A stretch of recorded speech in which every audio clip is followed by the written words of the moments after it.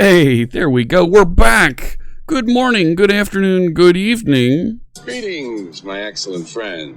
Greetings, my excellent friends. It's so good to see you. Today is October 13th, 2019. My name is Jeff Fritz. Welcome back to the stream.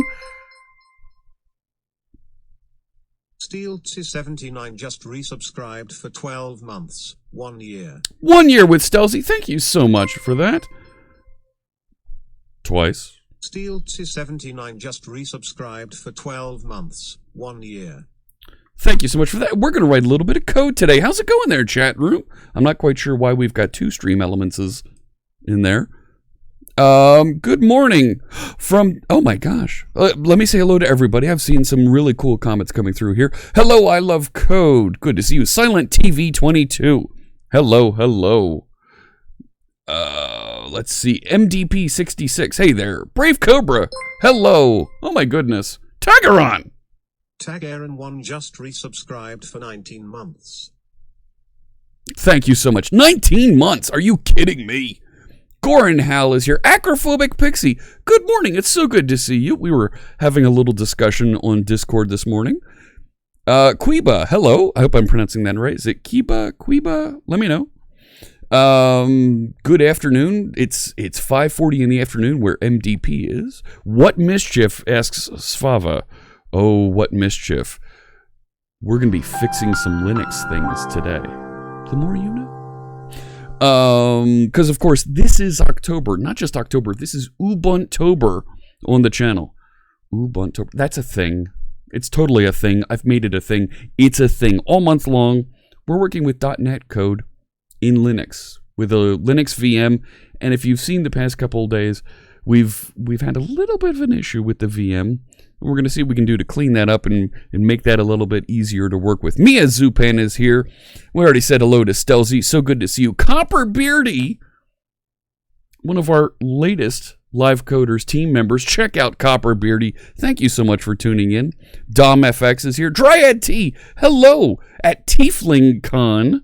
Oh my gosh. Tiefling Con. There you go. Check that out. Our friend Dryad T. So good to see you. Silent TV 22. So what's up with Microsoft not testing their VS updates before release? Silent TV 22, you got to give me some context if you're going to make an accusation like that. That's just resubscribed for 10 months. Woot. Thank you so much, Carrie, for 10 months with us. That is awesome. Thank you. But yeah, Silent TV, you got to give me a little bit of context there. That's not a very fair accusation at all. Thank you for the follow. Who's our new follower there? Automaton 83. Appreciate that. Oh my gosh. Is it me or did a beard trim happen? I've trimmed back my beard a little bit. Yes. I've got to look a little bit clean here. Thank you, Estranged HD. Sentantas, hello. Acrophobic Pixie finished chapter 4 and taking a break from the game. So Acrophobic Pixie here was joined us on Friday night for Fierce Kittens Get Started with C# and WPF coding for beginners, folks that are brand new to software development, and was so inspired that she started actually playing a training game to learn more about C#, learn more about the programming language, and I'm looking for the link to the game that you were playing. Where is it? It was... it's here somewhere. Codeeasy.net. Yeah. That was a very cool stream. I agree. MStewGT. Hello, good to see you. There's Copperbeardy with the shout out. Thank you. Happy Fun Day Sunday. Janescu, good to see you. No purple beard yet. Closed captions. Pear fruit for beginners. Oh dear. Well, it's not 100%. It tries. It tries really hard. Let's see. What do we got here? No, we didn't. There was no JavaScript that happened there. None. Okay? We're not there yet. Hang on there. MBB, good to see you. Oh my. You almost got killed by lasers in an elevator. Oh no. Is it me or Twitch that Credge is failing on me to load the stream? Don't know about that. Every now and again I have a problem with the Edge version of the Chrome version of Edge being a little bit tricky. And then... No and then. No and then yet. We're not there. Killer Coder PT, good to see you. AA Ato, hello. Good timing. Very good timing. So I'm cleaning up. I'm running a disk cleanup thing here to get rid of. I've got like 20 gig of Windows Update hanging out here. I kicked that off a little bit ago, and it's still deleting things here on disk. But what I've run into, and where I want to start here with us today, before we get into it back into our project, we've been hitting this issue again and again around. Well, I've been hitting this issue around my Linux virtual machine is running out of hard drive space. So I'd like to throw 5 more gigabytes of drive space at it, resize the partition so that we've got a little bit of wiggle room to work in. So I think we're going to go through that. We'll go through that exercise here today, because otherwise it's just going to be a mess, and I don't want to lose my code. I don't want to lose my code. It's going to disappear into a deep dank hole. Yeah. So we got to do that. How much did I assign to the drive? I think I gave it like 15 gig to start. 15, 20 gig to start. So I've been cleaning up log files aggressively, and I've only got a couple hundred meg available. So I want to open that up and make it a little bit easier, a little bit more wiggle room to work in. Silent TV says, Visual Studio 2019 NuGet packages build versions auto go to different builds, so you have to go through manually in config to check them. That's not a Visual Studio thing. That's a .NET Core thing. That's the way that that the .NET Core package manager interacts with things. So, yeah, it's not much indeed. I need a little bit more space to work with here. To throw another 5 gigabytes at it is very doable. So, we'll do a little bit of that. Oh my gosh, Copper Beardy. Copper Beardy just resubscribed for 10 months. Thank you so much. 10 months, and we're going to make donations like we are with all of our donations, all of our subs, all of our cheers. This quarter, October, November, December, to St. Jude's Children's Research Hospital. Thank you so much for that. I really appreciate this support. Darn Skippy, Gornhell. We're going to do that. So, yeah, so we need a little bit more space here. We're going to make some room to work. So let me get some music playing here in the background, and let's do a little bit of revision on the virtual machine, and we'll hopefully have some room. Oh my gosh, MBB! Moist Booty Boy just gifted 5 subs. Oh my god, thank you so much. 5 gift subs, that is very generous. We'll make donations. And DomFX, holy crow, what happened? Moist Booty Boy just gifted 10 subs. 10 more, 15 total. Oh my goodness, thank you very much. DomFX, used by me, Killer Coder PT, Tarasa24, Calamity Badger. Let me keep reading here. Try All the Things, Andre 2G, Leading Lady, Kiba, Exiled, T. Thomason, Karmic G, Darthan PC Soul, The Chronic Phoenix, Space Cato. Congratulations, you all just got gift subs. Thank you very much for that, MBB. That was tremendous. And we're going to make a couple of really nice donations to St. Jude's Children's Research Hospital. Thank you very, very much for that. Very appreciated. Can you get gifted if you are offline? Yes, you can. Yes, indeed. It's all for the kids. Absolutely. Thank you very much. Let me get some music playing here in the background, and we could talk about how I'm going to do this resize here. That pulled Leading Lady out of the lurk. Thank you. This is a song called Judson. Yes. We'll be making those St. Jude's donations. Let me see. I went tinkering with my audio levels here. This is Music to Code By. It's designed to get you in the groove, get you in the flow, so that whatever task it is that you're working on, you can focus on. All your other concerns are going to fade away, because this is going to get you in the groove. MStew with 5 more gift subs. Gifted 5 subs. Oh my gosh. J&K Chris, Extra Chunky, Jiayang, Maxger91, MDP66, and Thank you so much for the subs. Skidroo, thank you for the follows. We've lost control here. Lado_MS just resubscribed for 3 months. Here we go again _carrot. Thank you, Vlado. I appreciate the resub. That'll put you into a red hat loyalty badge. And to all of our just gifted subscribers, congratulations. Welcome. You're going to get access to 17 different tech-themed emotes. And you're going to get to throw them at my face if you'd like. Only subscribers can throw emotes on the screen. Thank you so much for that. And we're going to make donations to St. Jude's Children's Research Hospital. Thank you very much. Scott, I have new hair. Automaton! Thank you for that sub. Welcome. Using your Twitch Prime. If you have an Amazon Prime account, you can link it up here to your Twitch account and you'll get a free sub here to whatever channel you'd like. If you choose to use that here, you'll get those 17 emotes. We'll make that donation to St. Jude's Children's Research Hospital. It doesn't cost you a thing when you use your Twitch Prime account. That's the best part. Doesn't cost a thing, and it'll take off all the advertisements here on the channel. Yeah, now I need a subscriber train, Smap. You're right. We're gonna have to do something about that. First things first, let's talk about resizing this Linux partition because this is I'm worried. I'm worried that this is going to take a little bit of work here.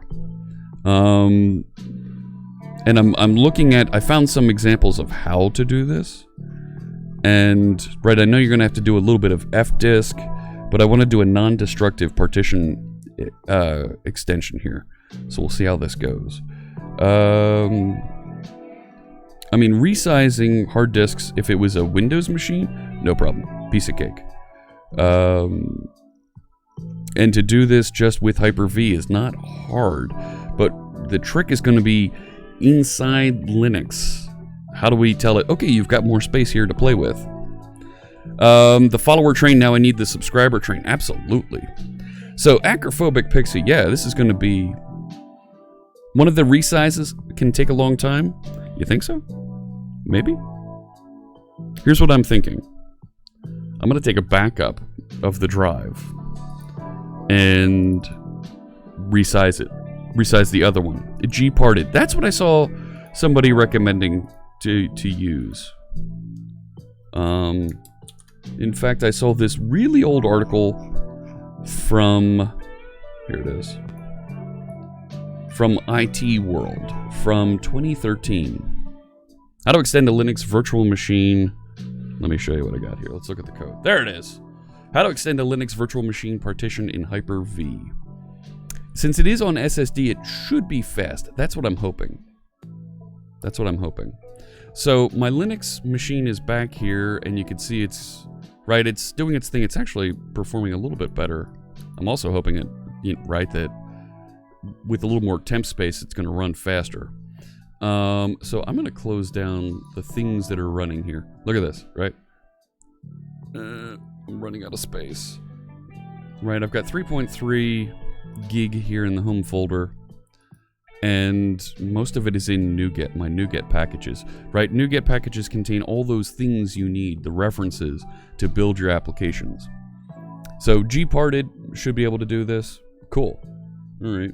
The benefits of Windows the VM's Drive Manager uses IJW technology. I'm not familiar with that. So, yeah, so we see it should be able to use the Gparted tool, right? If I do a display file systems here, I've only got 328 meg left. We're almost full, right? So, let's do this. I'm going to shut this down. Here, right? Power off. It just works. Ow! Nice. Nice, I like what you did there. Alright, so I'm shutting that down. No, I don't want to reconnect. I shut it down. I've got my Vault Tech hat on today because we're going to be going in. We're going underground. We're going to be taking that vault that contains our virtual machine. We're going to make that hard drive a little bit bigger, and then, see, I did the and then. Now we can do the and then. And then? We're going to make our follower train actually go across the screen here and extend it. And then? We'll add cars to it, Go ahead. Give me another one. I'm waiting. And then. We'll have it reset.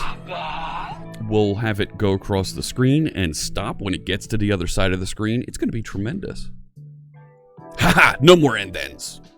I've used up all of your end thens. See that, chat room? I drink and I know things. No. I cut you off at the pass. All right, so that's what we're going to do. First time subbing, says Automaton. What a time to be alive, watching people code administration through the power of the internet. And for a good cause. Yes, thank you, Automaton. I appreciate that. Good morning, Jill's Mustang. Jill was having a conversation yesterday with some friends on Discord. Help me out with this, okay? Chat room, chime in. Let me know what you think. Ford Mustang, Shelby Mustang, Dodge Charger, Dodge Challenger. I like the Challenger. The Hellcat.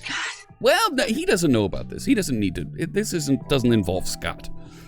It does involve Mrs. C Sharp Fritz at some point, but I don't know. I like the Mustang. And the Shelby Mustang is maybe a little bit out of my price range, but I'm thinking about it. This is on the side. C Sharp Fritz's savings for sometime later. Shelby is amazing, but it might be just a little bit out of reach for me. Just a little bit for right now. Can't you just create a new partition for home and move the code there instead, asks Quiba. Well, I'm going to have to put some space somewhere for it to find and load. I could do that. Yeah, the Shelby is the cash. No, I've already got a Japanese car and I want to get rid of it. Right? I could create another virtual machine and mount it. Another virtual hard drive. Let me go back over to the doodad over here. Right? It's that home drive that I'm running. Well, is it just the home? Well, the home is the bigger one. So could I just add another hard drive? So I don't want a classic muscle car because I'm not a car guy. Right? I'm not going to work on the car. I want to just be loud. Just want to be really, really loud. Increasing is easier, says Brave Cobra. Not a Dodge Dart. Oh, no. Resetting the mounting wouldn't be too hard. But just moving home to another partition wouldn't be too bad. The Shelby GT350. That's not bad. That's not a bad idea.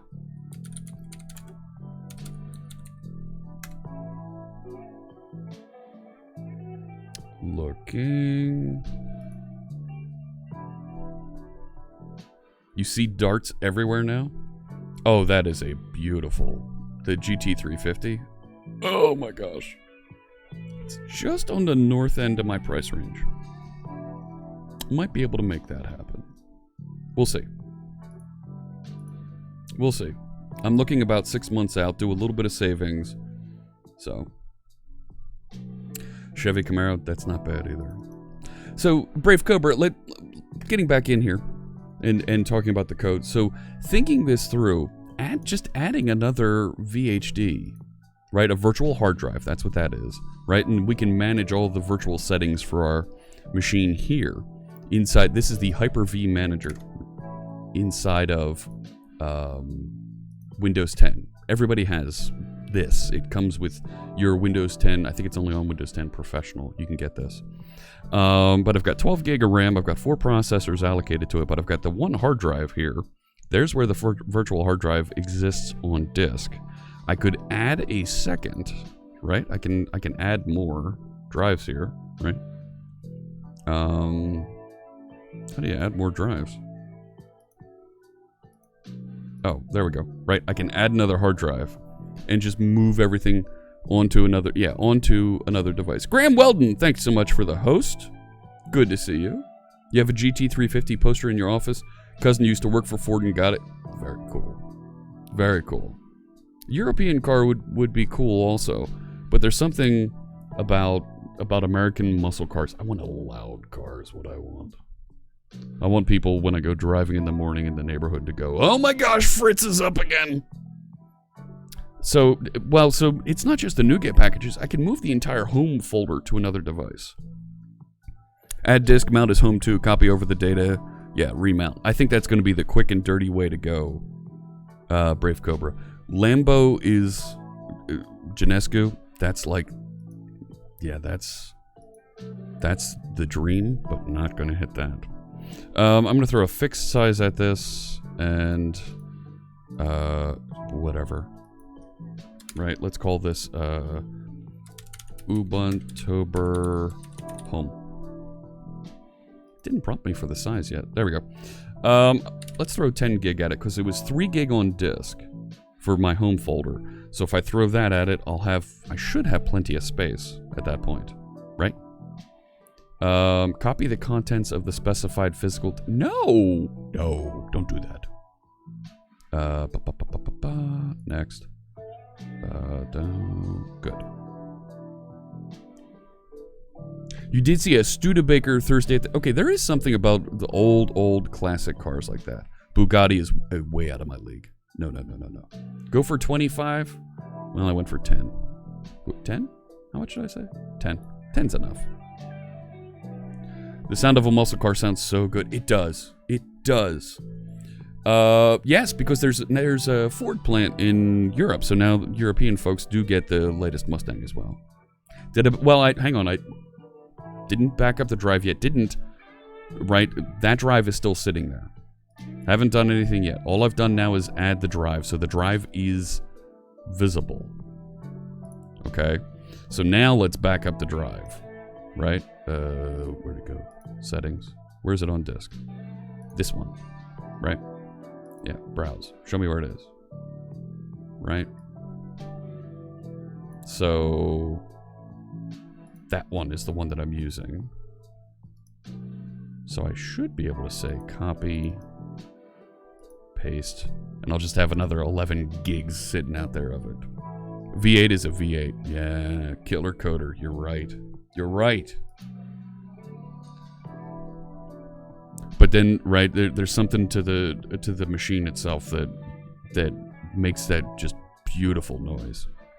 And don't give me a Tesla where it's got speakers on the outside so it sounds like it's a car.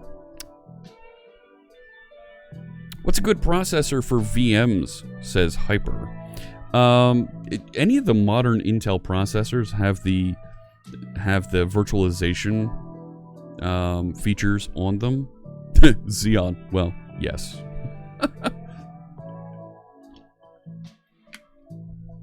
And there's definitely something that you could do with that. You think expanding is easier? Yeah, we're just going to move things over and it'll be up and running here in seconds. A Subaru Impreza. Xeon is the top of the line, and it does run virtual machines very, very well. But if you're running on a commodity machine, just a regular PC, you're okay to just run with an i7, i5. Spicy Condiment, thank you so much for those 6 months. That's going to put you into a blue hat loyalty badge. Thank you very much for that, and we'll make a donation to St. Jude's Children's Research Hospital. Very much appreciate that. So this is going to be on the second spindle. It's appearing as the SCSI location 1. So is that SDB or is that SDA? Let's find out. So I'm going to start this up. And I want continue from, yes, where I just stopped. So when this starts up, I'm going to copy over the contents of /home to that other drive and remount it as the home folder.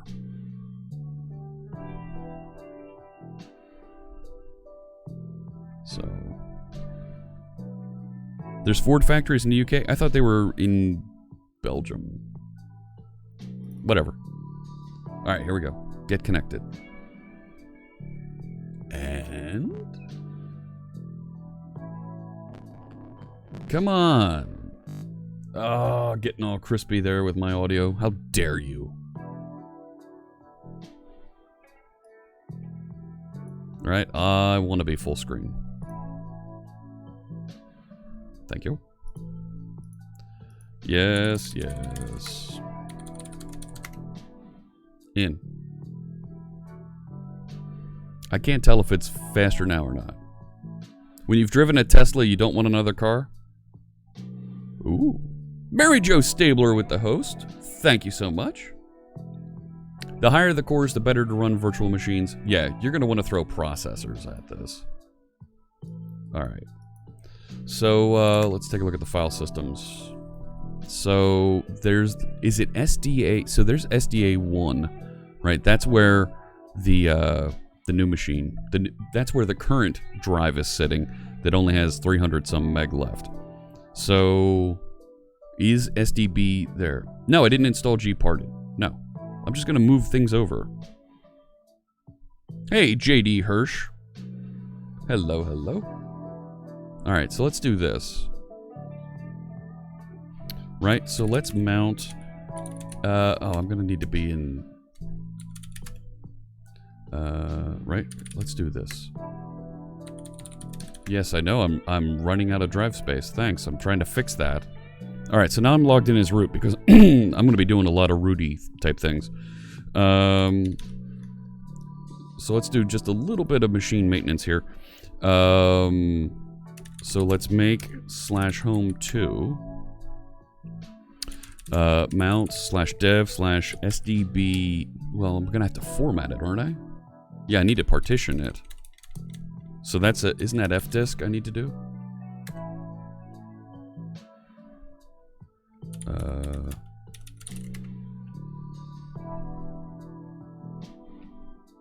Options disk. Okay, so just show me what you got here.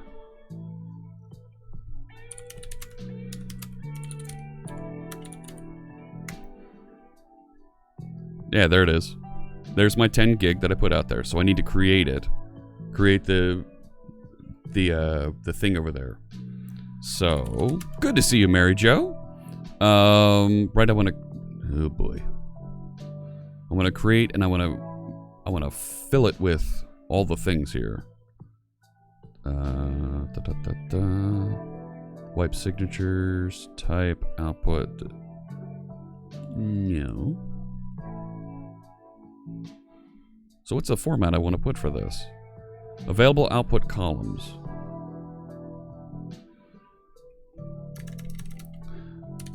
Well, hang on. That's going to format, right? Does that format or does that create the actual fdisk partition? Let's do it. I don't have an SDB1 yet. Do I? Units. No, it's just SDB. There is no... Right. That'll do the format. I need to actually create the partition. Right? Options. Yeah, show me usage. Disk labels. Yeah. Parted-L.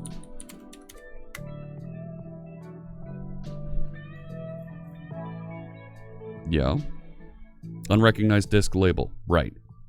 Because it's not there. Just do fdisk dev sdb. Oh. And it'll give me the... Ah, there we go. Yeah, I want to add a new partition. So it's going to be... N.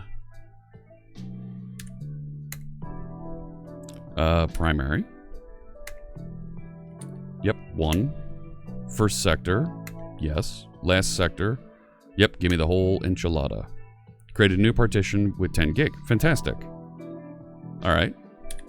W. Okay. So now I'm going to do the command that Brave Cobra gave us to format. There we go.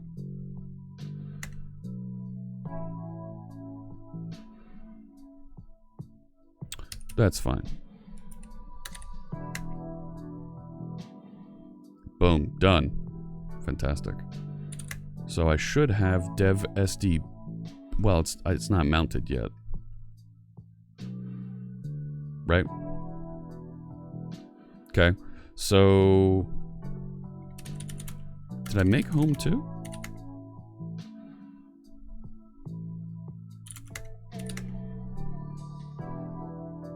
What do you mean I can't access?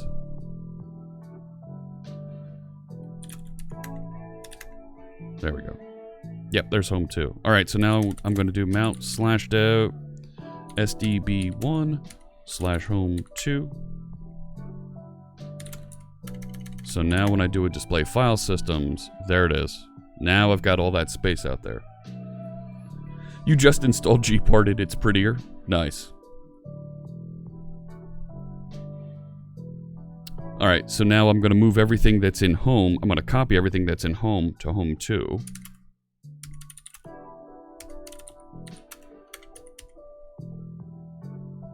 That should just do it. Fine. Right? That should just copy everything over. AMD Ryzen 9 is better than any i7. The Ryzens have come up and been faster. I don't know specifically about that processor.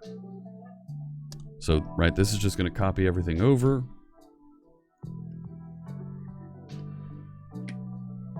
And we'll remount that as the home folder here in just a second.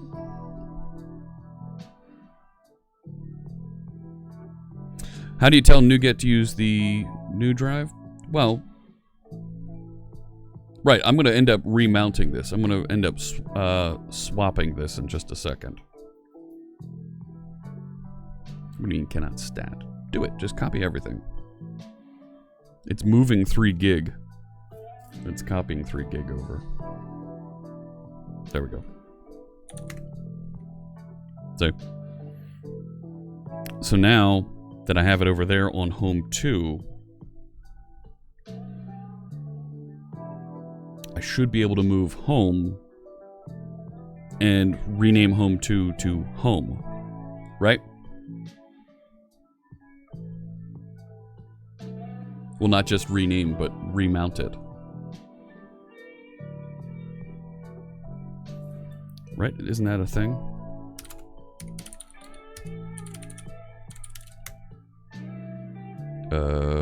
Huh?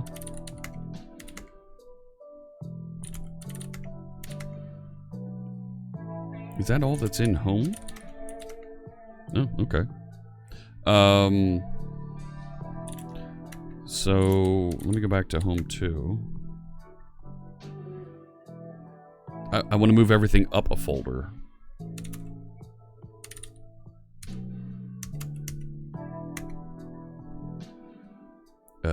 What do you mean?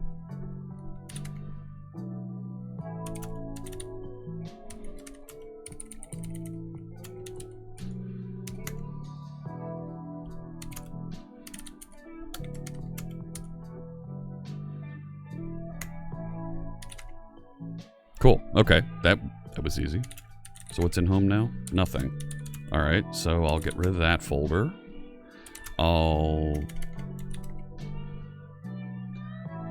Let's see there. Link slumps. Hey. You would have copied it with DD, which would include all partition format data, but not filled the new space, then expanded the part which you parted. Says Uncle Bill Druin. Well, I think I'm almost there. Right? I've got things moved over. This is my new location. I should be able now to... I'm going to edit the FS tab, but I need to move the old home folder. Right? I need to move that to... Right? Just rename it. Oops. Right? So now that I've got the old location... Now edit the FS tab. Do I have to unmount it first? I think I have to unmount. Right? Because I'm going to rename that. Right? Can I just do that? No. Yeah, I have to unmount.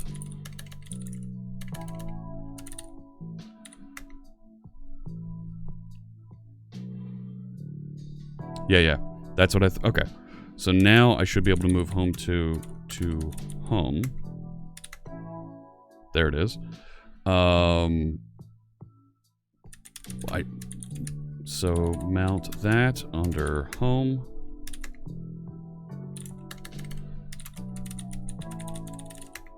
There's all my stuff. Good. So now, yes, now let's edit Etsy FS tab. Ugh. Okay. File system, mount point, type, options, dump, pass. Okay.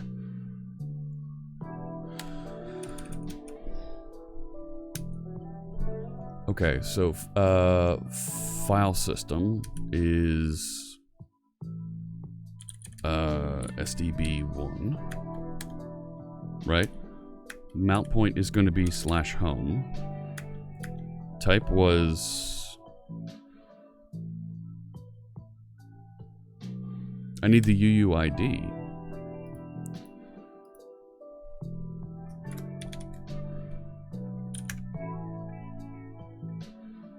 Where do I get the UUID? It didn't make it ext4, it made it ext2. Here.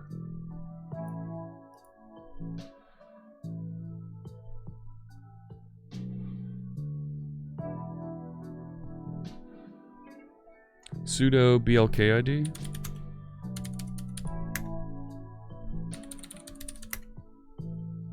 There it is. Right there. Oh, it is ext4. Okay. So I gotta grab this chalupa.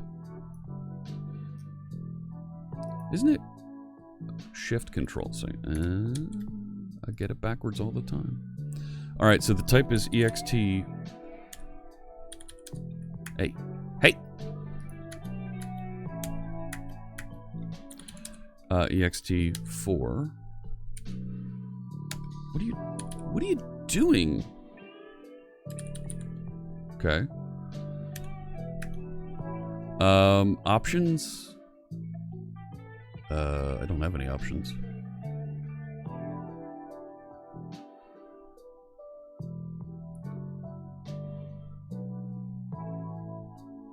Lodarks. You can run that from the basic.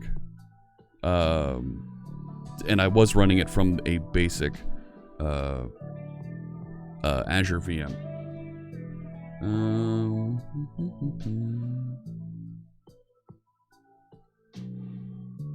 Remainder of the line defaults 02. Thank you. So now, thank you for the follow, Disquiet Udemy. Thank you. Thank you for the follow. So I should be able to restart now, and it should mount everything when it runs. Why did I need the UUID? Protopoly.com, good to see you. Welcome. Why did I need the UUID?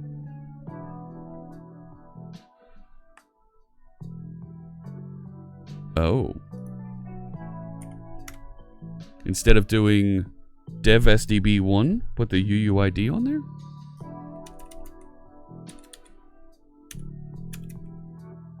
Oh, come on now.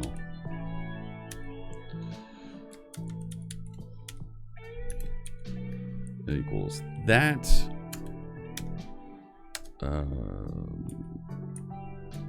Right? I forget how you join two lines here. Ah, darn it. Is it J? Yeah, there it is. No. Tab that over. That should work now. Yep, Chocolatey is basically the apt-get on Windows. Sudo mount-a. I'm already in as root.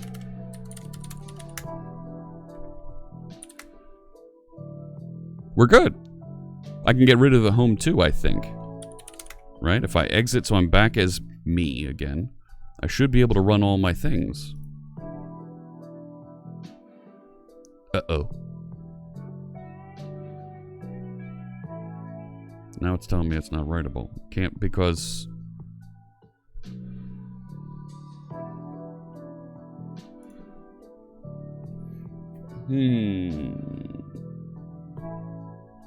Why is it not writable?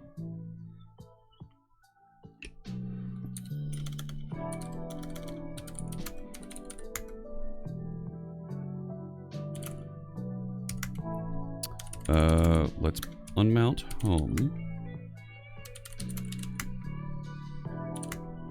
There it is.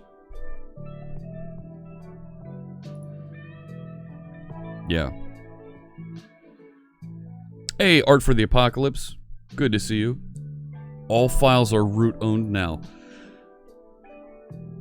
No. Are you kidding me?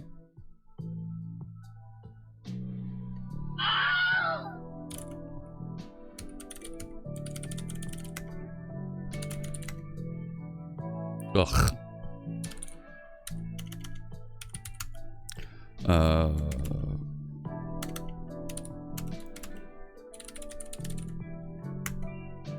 What?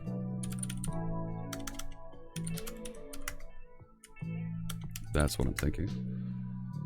Big R is what I'm looking for. Ah, that's what it was. Thank you. So I'm going to change the owner. What do you mean invalid user? Desktop. Well, it's still running.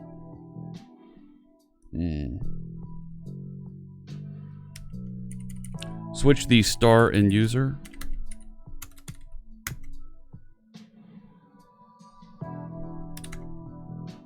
Okay. Oh, and I should do... Yeah. How we doing? Is that... Make sure you're in the right folder. Oh, yeah. You're right, Lodarks. But I am in the right folder. I'm in Tilda. I'm in the local. Yeah, let's just make sure on the permissions. Looks good. That's all me. So now if I go try to launch this. No. .config /code and /extensions.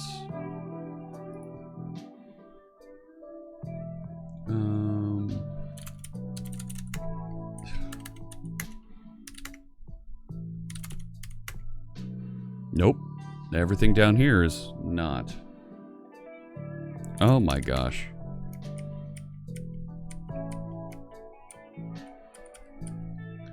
Doesn't match .star. Oof.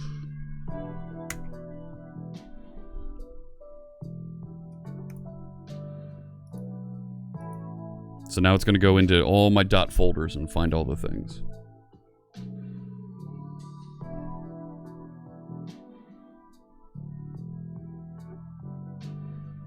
Copy it again. This time you use copy-RP. Thank you for the follow, Ilian of Valinor. Appreciate the follow. Really? Copy it all over again? I mean, it is still here. It's in home old. Hey, Benjamin Howarth, good to see you.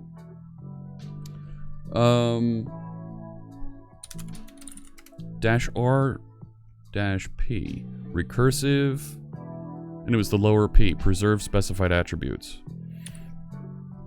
Okay, so I could do...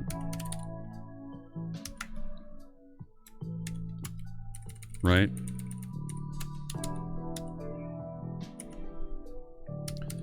Right to /home. And it should preserve everything the whole way down. No need to copy it? No! Too late. Too late! Oh no! It can be done exactly how I want it. Ancient Coder just resubscribed for 14 months. Ancient Coder, thank you so much for that resub. Oh my gosh, yes. Happy Sunday indeed. Thank you so much for that. Let me let that finish copying. And we'll make another donation to St. Jude's Children's Research Hospital. Thank you so much.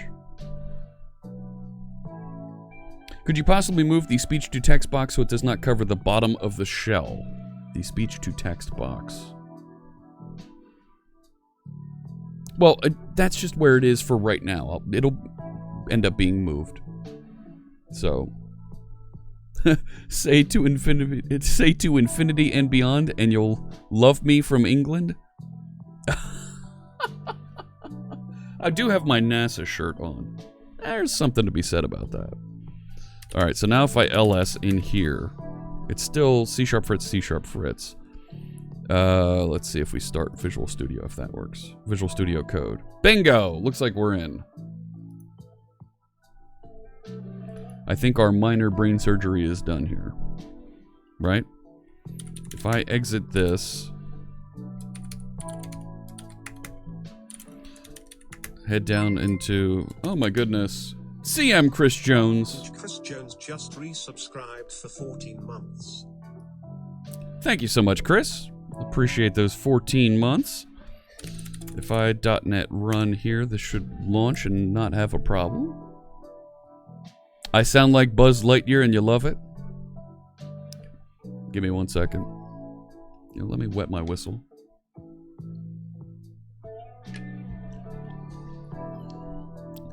To infinity and beyond. There you go. How's that? It is on my side so I can take control. Oh, you're talking about the closed captioning. Yeah, the closed captioning you can control on that side. And this looks like it's running. Start up that Firefox. And then I'll nuke the old home folder. Yeah, we're in. Yeah. We're in. Fantastic. So, here's what I'm going to do as the last step here.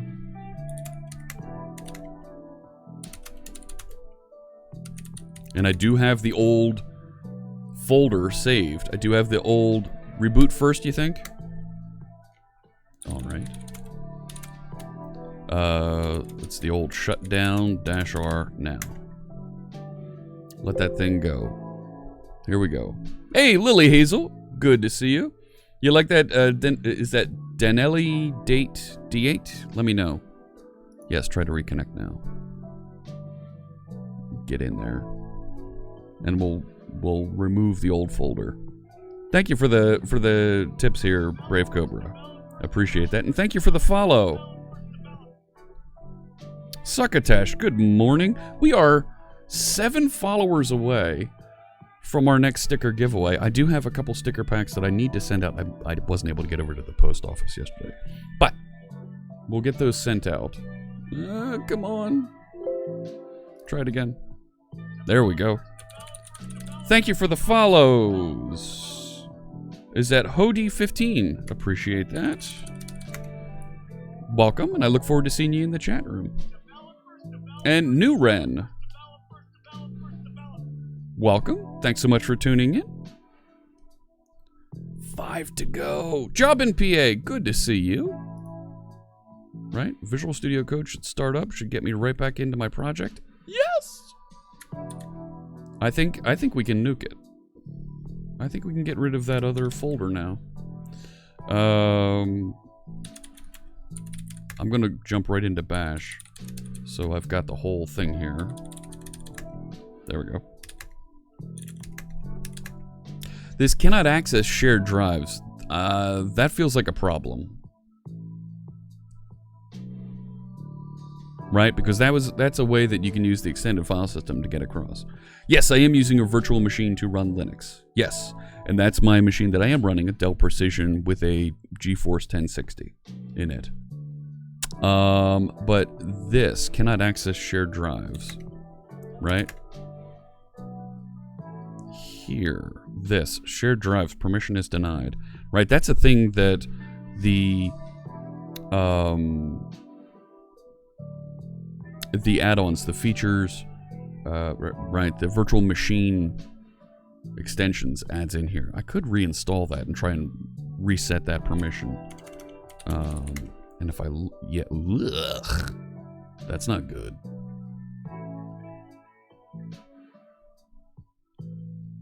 Right, that's like a mount thing, isn't it? Right? No, it's not here. But that's a problem. Right? I mean, I could remove it. But I'm going to go get rid of the other home folder. Let's do that to start. No, that wasn't right.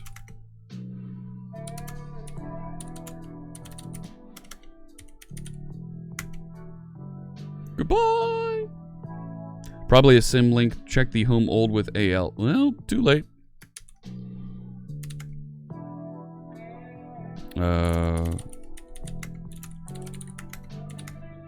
Right there's shared drives.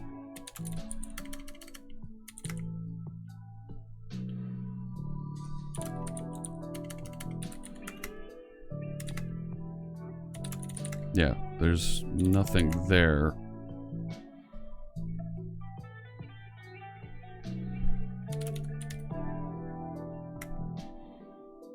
Yeah, it's not a symlink, it's a directory, and it's doing something with it. Have a good one, Uncle Bill. Thanks for tuning in. No, it's there. How's it going, Puffy Games? Right, that is shared drives. Move shared drives in Linux VM.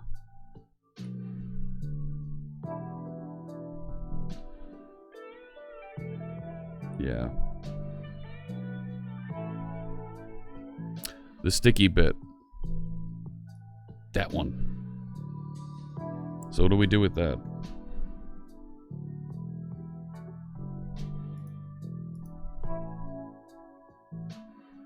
Is there a way right up? It's clearly got something else here.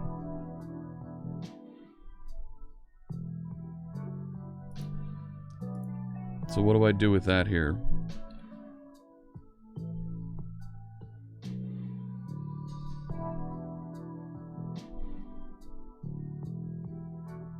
Hey there, Spicy Condiment. I'm resizing my home partition here.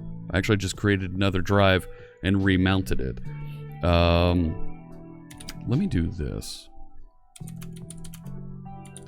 Let's get rid of that.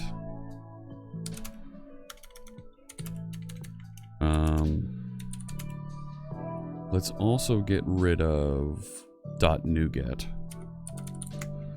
Right, that alone is going to get me a breaking my Ubuntu VM. Thanks. So right there got me back. What is that? I'm up to over 2 gig.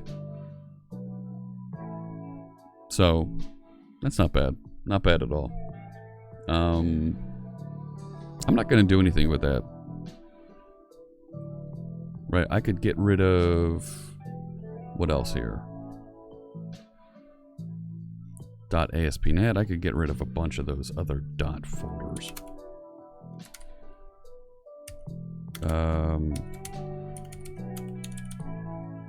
In this folder.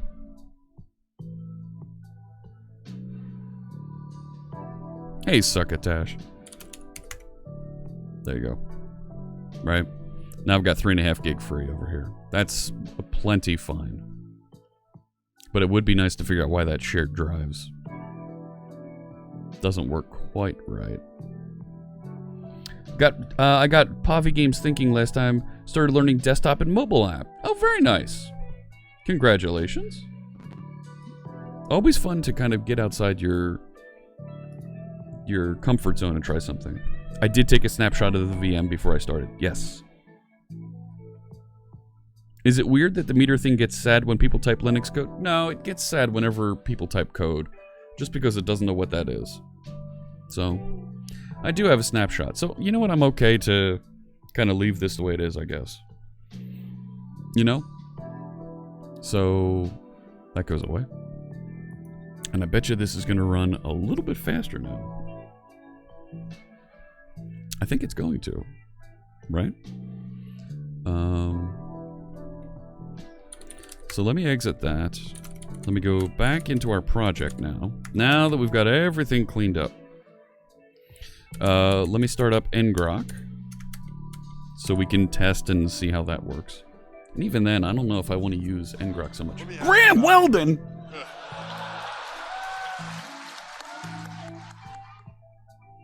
Thank you so much! 3,000 bits! 75 other folks just got emotes in chat. Thank you very much. That That is so kind, and we're going to make a very nice donation to our friends at St. Jude's Children's Research Hospital. Graham, thank you so much. Graham's another one of the live coders. We just oh my gosh, I'm all over the place now. You've got me all. Look at this. I don't even know what I'm typing. Let me get this running, and then I want to talk about the live coders for a second. What did I do? It's here. It's here. It's right there. Ngrok. I didn't put the / in front of it. See this? I'm flustered. I can't type straight. Oh my goodness. Thank you very much for that amazing cheer. There we go. So now we're passing things through. That's my location. I'll start a new tab so that I can work over here. There we go. And we're going to start working on, we're going to have a cluster of pixel bots at some point. Thank you so much. Livecoders.dev. You can check that out. Folks like Graham Weldon are live coders there. And I invited. Not everybody's accepted the invite yet. There's time zones and not everybody's awake. But I invited 11 new members last night. Right? 1, 2, 3, 4, 5, 6, 7, 8, 9, 10. I invited 11 new members to the Live Coders team. Some of these are folks that you know. Some of these are folks that are going to be new to you. And I'm really happy that we were able to add. Here are the folks that I added. I added Freeman, Callow Creation, Copper Beardy, he's in chat right now, Trevor Blades, Zorkenheimer, Rymu8354, Zeratar, How to Code Well has joined the Live Coders team. They've got a tremendous YouTube channel and podcast, How to Code Well. Albericod, TBD Gamer, and Ironside. They've all been invited to join the team, and I've already seen a bunch of them join the team, and they've accepted the invite. They're in our private team Discord so that they can learn and collaborate with some of the other team members. When all is said and done, we should be up to about 94 members of the team, if I've got that right. Really, really great stuff. And it's tremendous. I want to make sure that folks have an opportunity to learn, have an opportunity to grow, and that the other folks that are streaming have an opportunity to learn and grow and build their streams out and grow their communities. So thank you so much. That's right, Carrie. Carrie's Carrie Payette. She's another live coder. Is that, I got to make sure I'm pronouncing your name right. Danelli D8. Do I classify web development as coding? Yes, I do. Yes, indeed. The live coders are taking over Twitch. We're coming along. How did I fix the SSL issue on the webhooks in the end? So, there's a question around SSL issues. So, I told it to forward, and it's going to receive at this location, HTTPS, blah, blah, blah, and it's going to forward to HTTPS localhost 5001. I didn't configure the certificate. It just works. It just works. Ancient Coder says, I've added some great people. Thank you very much. I appreciate that. Jill's Mustang is a web dev. Very cool. Yeah, there's web development is... When you're writing web code, you've got this really amazing balance that other folks who build desktop apps or games or mobile apps, you've got this same balance that you've got to draw between making something that looks beautiful on screen and the size of the code you ship. So that engineering balance happens everywhere. It's just a question of where does the code execute, how does it ship, where does it run, not just where does it run, that's the same as where does it execute, but how can you make it small and optimized and high performance? Really great stuff. HTML, CSS, and JavaScript, yep, that's coding. Absolutely. And, right, and to be clear, yes, I said the JavaScript language, right? Horses love JavaScript. There's something to be said about when you use HTML, CSS, and JavaScript, you're actually programming in like 4 languages at the same time. Think about that, right? You've got your HTML that you're painting, CSS, and whatever preprocessors you're using with CSS to turn it into CSS, right? Whether it's less or Sass. You might be using TypeScript or CoffeeScript or some other higher level language to compile down to JavaScript so you can ship that. It becomes quite a trial. There's definitely something there. But I want to make sure that folks know when I talk about the Live Coders team, I'm not just taking anybody who writes code on Twitch. We want an outgoing community of folks that are teaching, that are sharing what they're working on, and talking to their chat rooms, engaging with you, so that we all learn a little bit together. This little exercise we went through here, and Brave Cobra, thank you so much, talking and giving suggestions of different ways to tune and help make my virtual machine run better now. That type of interaction is what this team is all about. And even more so, when you see in the Discord, and those folks that are a member of the Discord, there's all kinds of discussions about ways to improve what we're writing and our practices and how to be better streamers. Thank you for the follow, Celiac01. I too am a celiac. I appreciate you for the follow, and I look forward to seeing you in the chat room. And don't take any barley, wheat, or rye, okay, Celiac01? You and me, we're on the same page here. So, you're always going to see interesting co-streams happen between Live Coder team members. We're going to be doing some more squad streaming. Fierce Kittens and I have a squad stream that we still need to put together. But there's discussions that happen between folks that are at a high level working to do more with Twitch in the Live Coders private Discord. And that's a private Discord for those folks to be able to exercise and talk with each other without engaging too much with the viewer community, right? Because there's some things that we want to make sure we can streamer to streamer discuss. You're a noob, really, but you've just been doing it for about 12 months. That's great. That absolutely something you can share and learn together with folks on stream. There's folks like Atomic J that are learning and going through some of the process of learning on stream, and it's really great to watch and encourage folks. Just by chance you stumbled on the stream? Well, thank you. Oh my gosh, PowerShell, YAML, yes. T-SQL, some C# to help make a modern web, yes, absolutely. All kinds of stuff in there that you need in order to make a modern web application. So let me get back into the project here.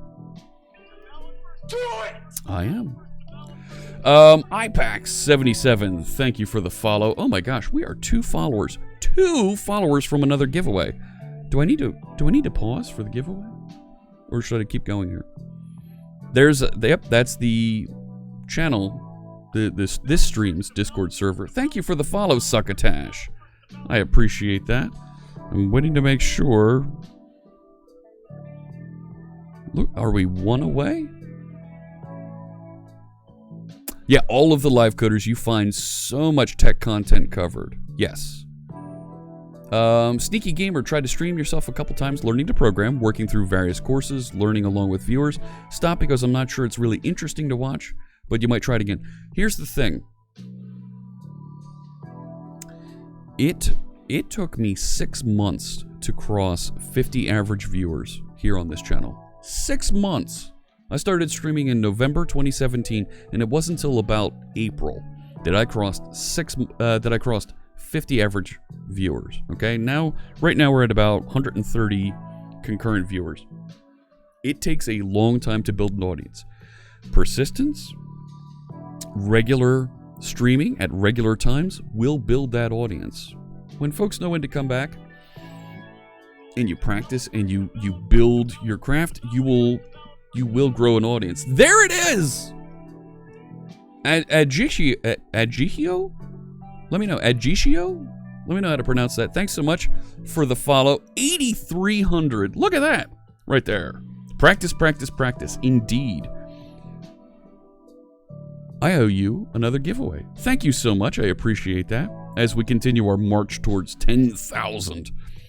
We've value quality content. Yes, you will learn how to make better quality content as you continue to stream. Don't worry about the quality of it up front. You'll build, you'll find your community, your folks that encourage you and have a good time working with you together here. I'm not giving away an Autonauts game code. I'm going to give away a C# Fritz sticker pack. That's not how you spell sticker. There we go. right? Come on. Highlight all the things here. Yep, Stelzy won the Autonauts game code last time. We're gonna play some Autonauts later. Look at this. You folks are already jumping in the giveaway. Exclamation point here. We'll put you in the giveaway.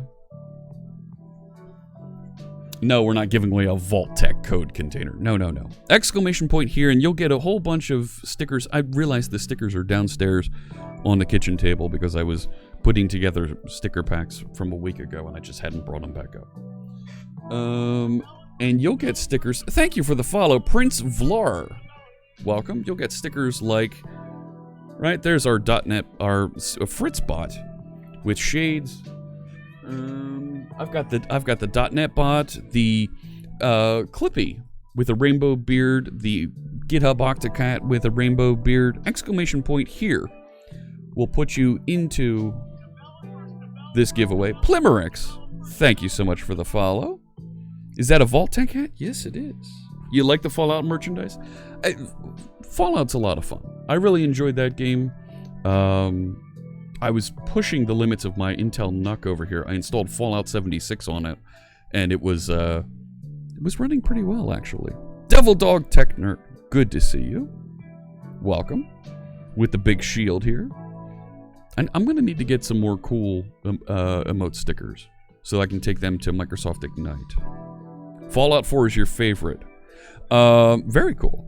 So I can confirm in May I will be at TwitchCon Amsterdam, and we're going to extend my trip there for a couple days. I'm going to arrive a couple days ahead of time, and we're going to do an in-person live stream presentation in Amsterdam. We're working on timing and location for that. Small Gaming, thank you for the follow. I am working on another trip to Europe. I am working on a visit to Stockholm. No commitment on that yet, but I am working on it. See if we can make that happen. So, but yes, Amsterdam. I will be in Amsterdam. Oh my gosh, here comes a host. Thank you so much for the host. I always have a terrible time pronouncing your handle. Shupsy? Thank you so much. May 2 and May 3 is when TwitchCon Europe is, and I'm arriving a couple days early. It'd be great to meet you, Brave Cobra. Absolutely. Just Shelp, really? Fantastic. And it's for StarCraft. That's what it is. Portugal. Not, sorry, no, I have nothing scheduled for Portugal. So, here's my problem with traveling overseas. I need to have an event or something that I'm going to, and then I can justify it. Exclamation point here. I'll give it one more minute here, and we'll draw for a C# Fritz sticker pack here. We'll send it anywhere in the world, doesn't matter where you are. Goran Hal, if I head to Stockholm, Hal is there. Fantastic. It's an hour flight from the local airport, which is 10 minutes away. Let's see what happens with the Brexit stuff. Yeah, there is that. There is that. So, we'll see here. But going to the UK, I've never had anything in the UK, and I'm told that going to the UK for an American, especially an American who's talking tech, they actually prosecute you. I've had friends that have gone to the UK, tech friends, with all the gear when they tried to go through customs in the UK. Because of all the tech they were bringing, because they were coming to train folks, they've been detained. NDC, I've never gotten the invite from NDC. Haven't gone to it. So, yeah, right. If I can justify the job paying for me to go to Europe, I'll go. But for me to pay for it, it's a little bit out there. But going to speak at a conference and doing some other things there, absolutely. We can do that. You got around 5 viewers when you were working free code camp. Like I said, it takes time. You got to build it up. So let's do it. I think we're about ready here. Let's draw and give away a sticker pack.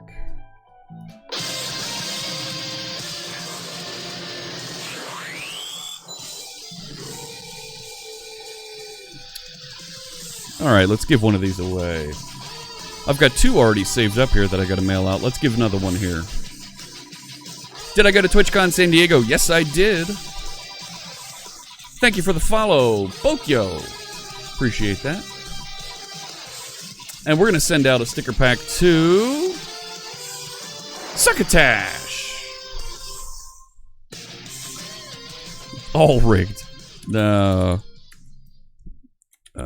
Send me your mailing address, and I'll ship the stickers.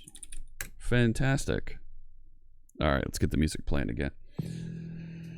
Congratulations. Yes, I got a fridge magnet. You can't get away from the mention of Brexit. Yeah, I don't blame you on that. We try to avoid political discussion here.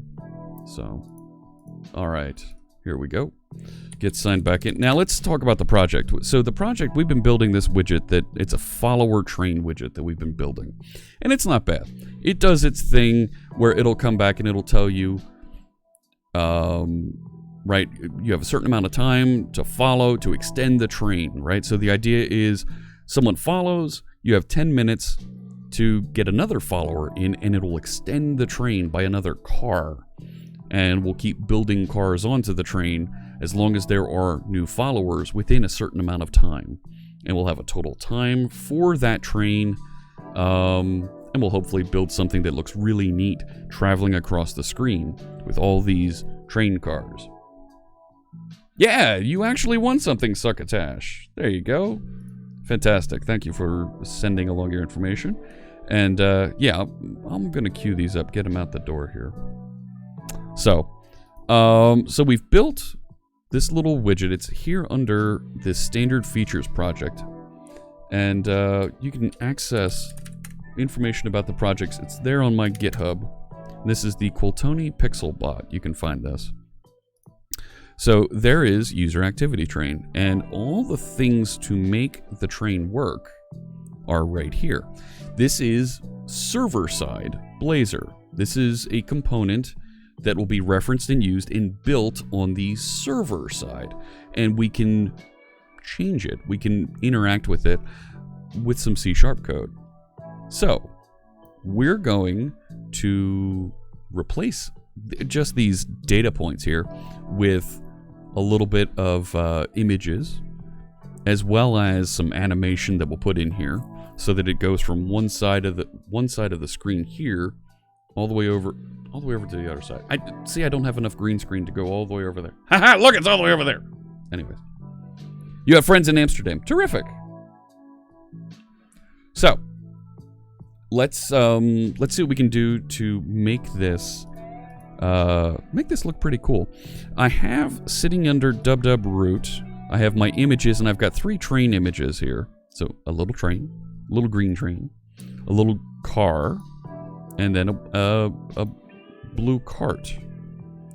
So they need to be the same height. We need to make sure that they're the appropriate height and things here, so they can move across the thing appropriately, right? Something like that. So this is the way that the train behaves now.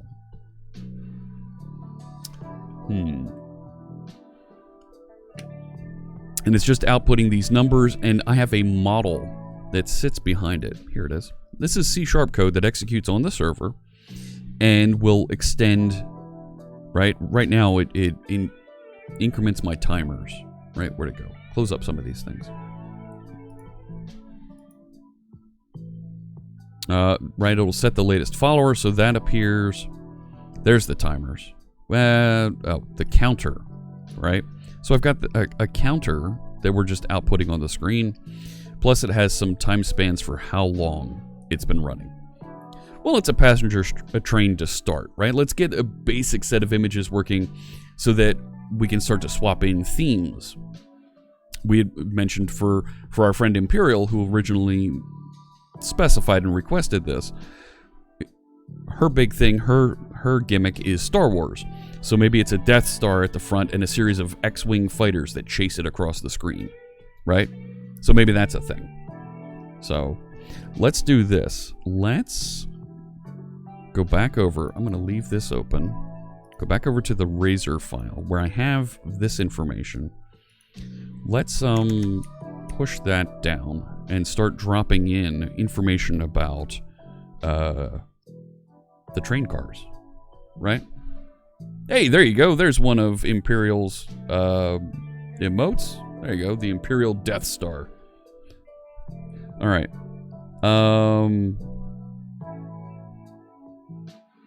So let's do this. How are we going to do this? We're going to have a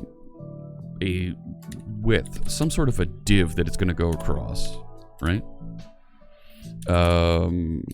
Let's call this train track horizontal. That we're going to have this go across. And the first image that's going to appear... Now, right, by putting these images inside this dub root folder, they should be packaged up as resources that are available for us to reference. I'm not quite sure how we reference that dub root from, right? This folder here, the standard features, this is called a Razor class library, right? So we're packaging this whole thing up, and there it's including everything that's in the dub root folder here, www root, and I prefix it with dub root. Okay. Wow. Yeah. Wow. That's right. So I want to reference train 1 PNG because that'll be put down on disk for me to be able to use. So let me go back over. Let me open Firefox here, and I'm going to look at the Blazor documentation. Make sure that I can reference that www root folder properly. So I'm going to go to docs, Microsoft.com. I can actually specify that as the site. And I want to say Blazor library www root so that I can find that static content in there. Right? Maybe. I think it's going to be this one. Come on. So let's see if I can find... Here we go. Create a Razor class library with static assets. Yes, please. So you can exclude the static assets. No, I included it. To include TypeScript files. Nice. Consume content from it. Okay.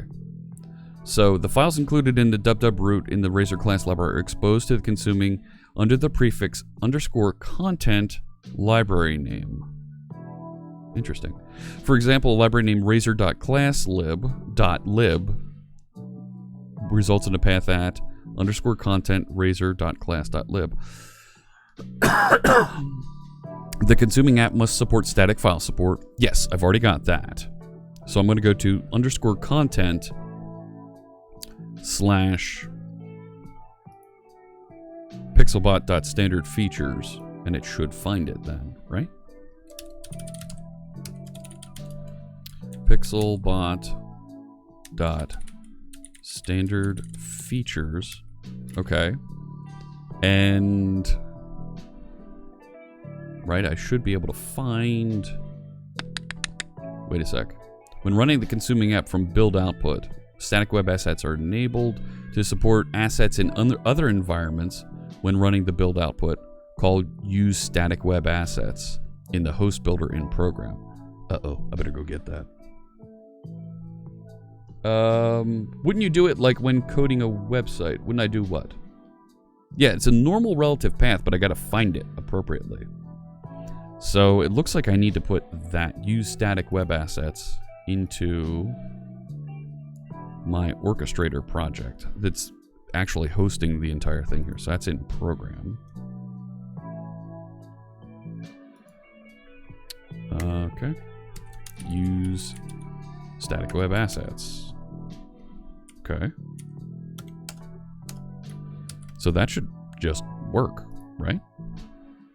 So if I go there. I should be able to say now IMG user activity train train 1 PNG. Right, let's just make sure I can get the train image to show up here. Yeah, that's what I think, Acrophobic Pixie. Yeah, but I need to oops, I need to go off the root so that I'm sure that I find it in my application. Print to console, then look up where they are. Khaled, it's not going to be that easy because I don't know the folder structure where it's placing that.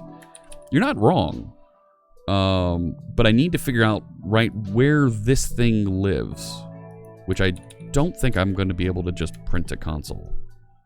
So it's a good idea, but I don't think it's going to just be there. You know what I'm saying? Do I need the tilde at the very beginning? No. Because I did / I've absolute pathed it, so it should come right off the root of it. So I think that'll work, just a viewer. You know what? Let's give it a try. I'm going to keep that tilde in mind here as we launch the application. So I ran this with a watch command so that as I change this file, it'll restart automatically for us. Let's see what happens. I did do some other work yesterday to make sure that the unit tests were passing. We had some broken unit tests in our project. Localhost 5001, and that'll take me into the application. There we go. I'll log in, which will route me over. I'm using auth0 to help log me in. There it is. There's all my information. So if I go current channels, and I will tell it... At some point, we need to add a feature here for it to join that automatically. There we go. So now I've got my train. Fantastic. It found the train image. That train image is really, really big. But we've got it, right? And if I put the other train images next to it, right? They should line up. So I just saved that. It's not actually going to work, is it? No. Yeah, I need to actually recompile. Rats. Rats, rats. Rats, rats, rats. And I don't really even need it to connect. www root becomes the root of the web server URL, so you don't need www root in this. Yeah. You're right, Simon Jeering. I luck out there. So now let me try and refresh this. Right, and because I'm not connected, I have it bail out automatically for me. So I've got to reconnect.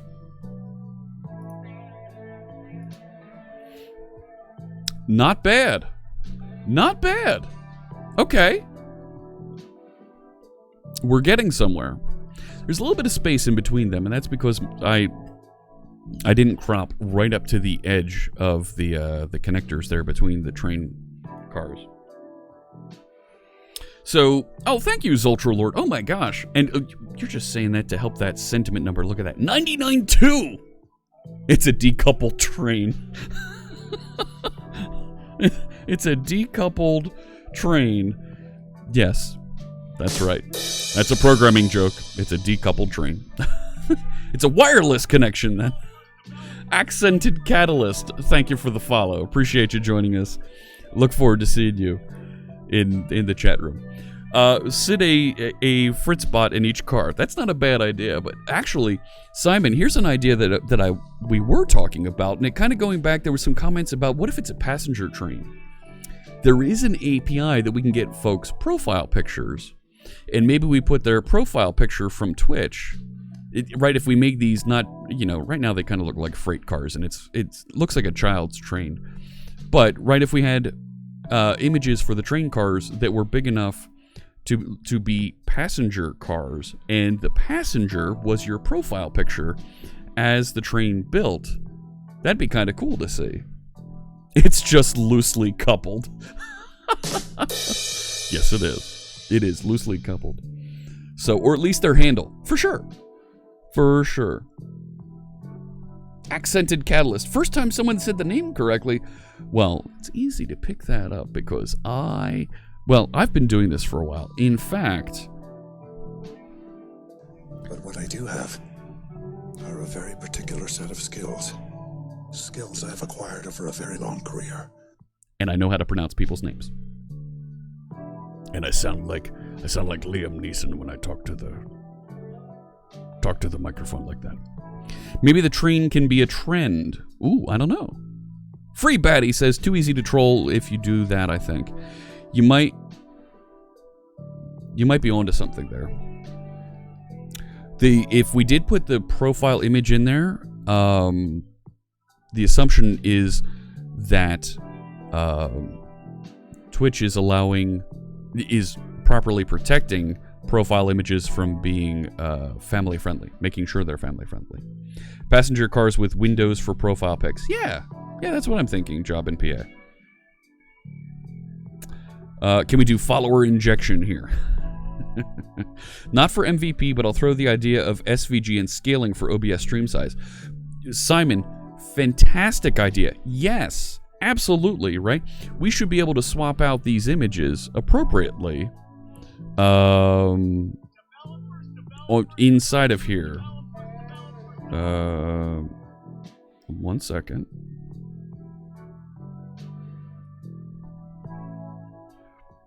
Thank you for the follow. Let me acknowledge who that was.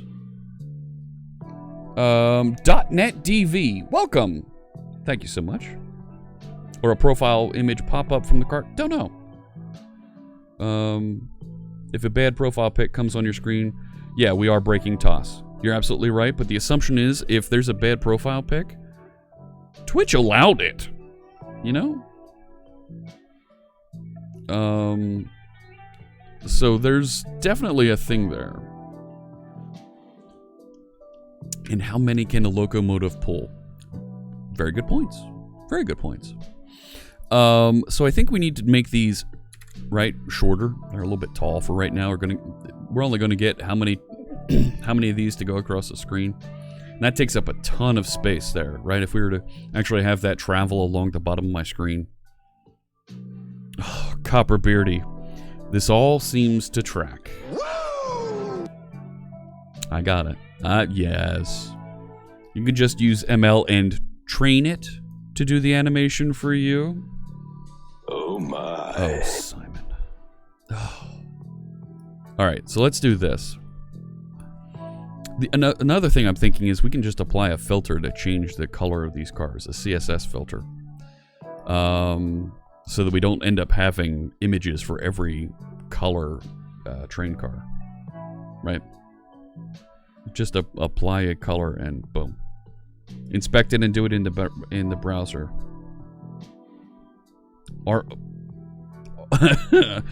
Zultra Lord, yes, my videos do go to YouTube. I haven't exported them in a while. That's something I have to do today.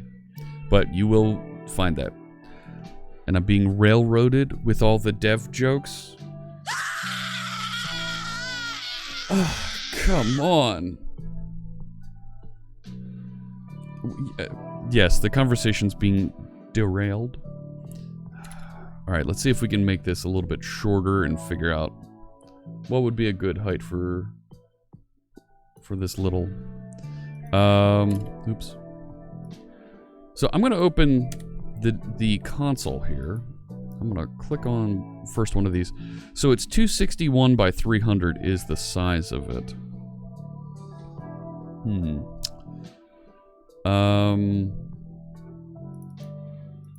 Right. If I click in over here, I can set the height as a property here. Yeah, edit as HTML. Thank you. I want to make that shorter. It's 260 high. Well, if we cut it in half, let's make it 130. Right? That's not bad. But, right, can't you actually specify the height as a percentage? Right, can't we do like 50%? That's not bad. Right? Let's get back on track. Why from right to left? We can go either direction. That's, once again, another CSS filter to apply. Right? Ah, come on. I want to add a height parameter there. Right, if I do that. Right, and it lines up. So, if I just force the height to 100.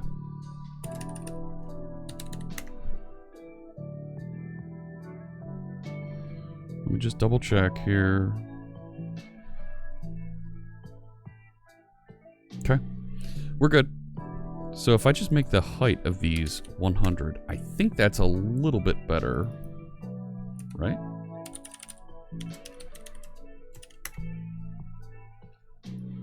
Right, because that'll give us a nice long train that we can have go across the screen without it taking up too much space. Are the cars not connecting due to padding? No, accident catalyst, actually, let me show you. The image itself has a little bit of space. I didn't crop it right up against it. So, right, I can edit that image down a little bit and make that work. So, not too bad. That should be easy for us to do something. Oh, rats. Reopen that browser page. Go back. All right. There we go. So I think we should make the initial train height here 100 pixels. Now, can't I just put that in CSS? Or is it gonna skew it if I do that? Right?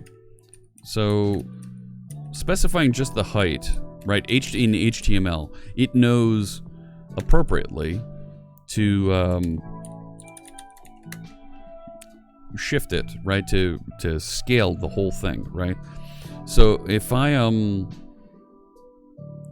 if I do something like this, right? So I'm specifying for our train track horizontal, any image that's inside of it, right? If I say, hey, height 100 pixels, I need to restart, which means I'm going to need to rejoin. We could do it as a sprite. Now there's an idea. So we ship a sprite to the browser and we just point appropriately. Absolutely, that would work. No end then. No end then, boom boom. We're all right. Refresh. Oh my. Come on now. There we go.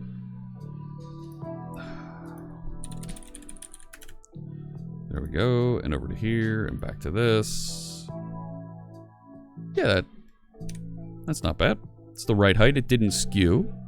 So I just wrote a little bit of CSS just to size it and place it appropriately. We could use sprites.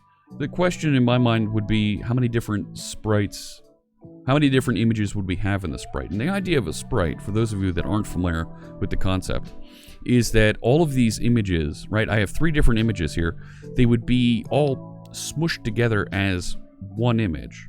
So you download that one image that's highly optimized, and you only show part of that inside this image, the actual image that we're displaying here. So, is it easier to just do it in Flex? Excuse me. Well, I don't think we need Flex for this. We're going to position it. I'm going to position it to start over here on this side, and I'm going to have it go all the way over to that side of the screen. So, and we'll just have it update the position as it goes across. All right. Just keeping an eye on things here.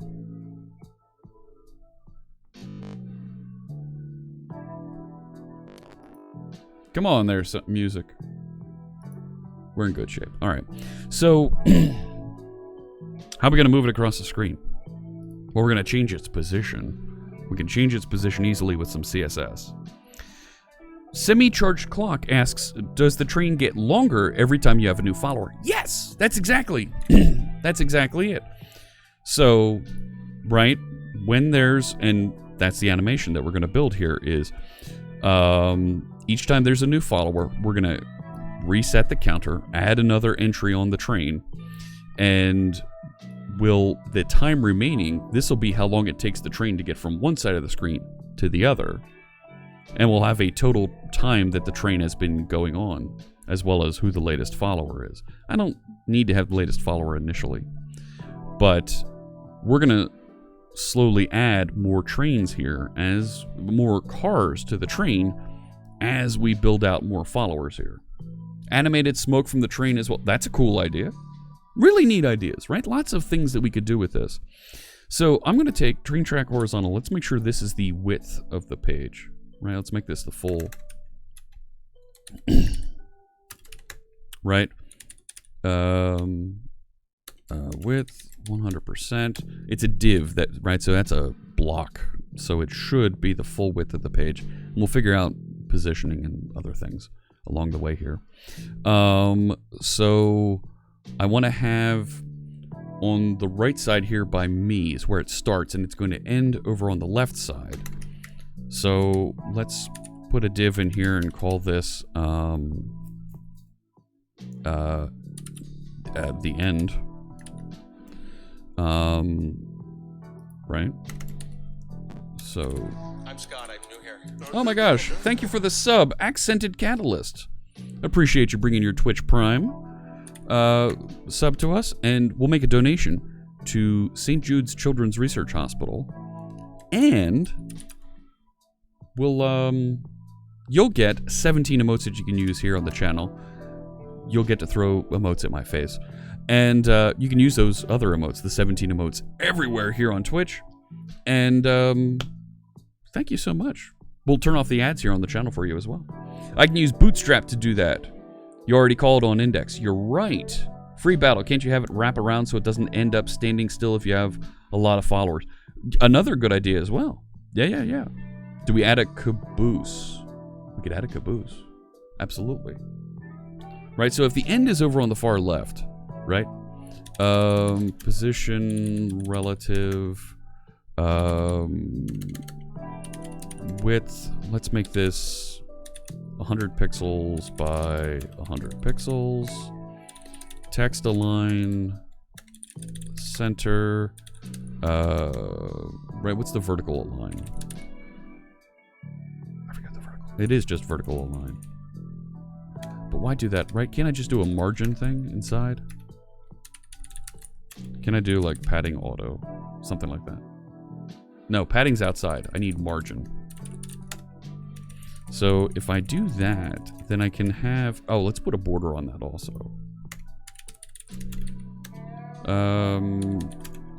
Solid black, let's say. And let's put the counter in here. I think that'll work. So, I think that'll work. You're right, Rockle Best. Padding, no. Padding is... I'm getting this mixed up. Margin is outside. Padding is inside. You're right. I have that backwards. You're right. This does need to be padding. That's okay. We'll update and get it working properly. Now I've got to... I feel like I should relax some of the configuration here. There we go. Well, that's not right. All right, hang on. So there's the train track horizontal. Why does it say 1280? I'm not 1280. It shouldn't be 1280. It should be... Oh, you know what? It's because of this bit over here. Okay. So I think I want to have a clear on this. No, it didn't clear that. What? The margin auto centers it. Right. I want this Right, instead of it being margin, I want the padding. There we go. And that's really big. That's the same size as that. Well, hang on. Padding auto did nothing for me there. Now I feel bad. Have I ever taken the A+ exam? Asks LNL.GameNetwork. No. Nope. It is, learning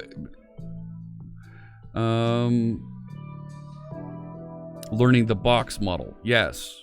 You could make it upgradable if more than 10 followers. It upgrades from a steam engine to a diesel. Oh, that's neat. That's a good idea. I do have to specify padding. Okay, fine. So if I say padding 2 pixels, yeah, it doesn't center the number. I want to center the number within it. Right? So that, right, and if I do vertical... it's not vertical line center, it's vertical line middle. That doesn't do it. Thank you for the follow. Neil, 4K, appreciate you joining us. Katali, good to see you. Thank you.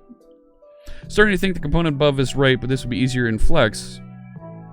I think the comment above is right once you have to do all this positioning and eventually need to anchor it to the bottom of the screen.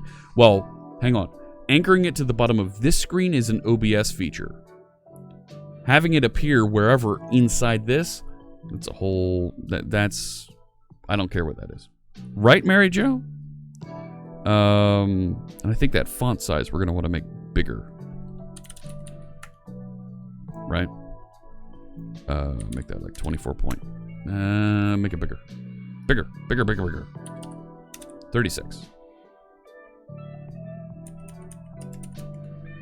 48. Some other multiple of 12. I think that's fine. Yeah, I didn't set a project. So, okay, so if that's the end and it's over here, right? So these things I should, I don't,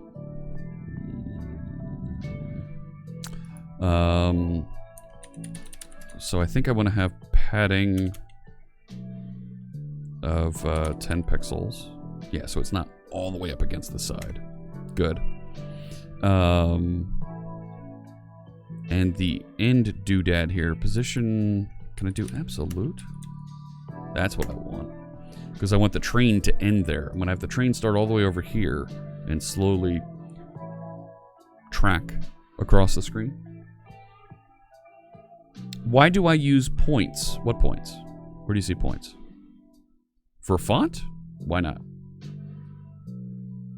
That's what I've always used. I think you need to set the line height to the same height as the height of the div. Oh, sneak. Okay. Is that the... Right, and the height of the div is 100 pixels. In which case... Right, even if I make this medium, it does align in the center. Well done! Alright. Alright, I'm learning the things here. Font weight. Bold. Right? That didn't actually do anything. It's still that same...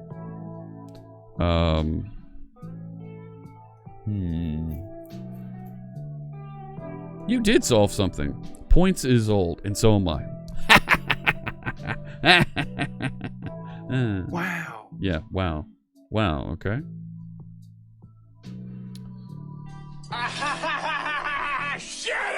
No, kidding. Totally kidding. Okay, so to each their own units. I know. Alright, I think I'm feeling really good about this. That's right, Succotash, you tell him I'm only in my 30s.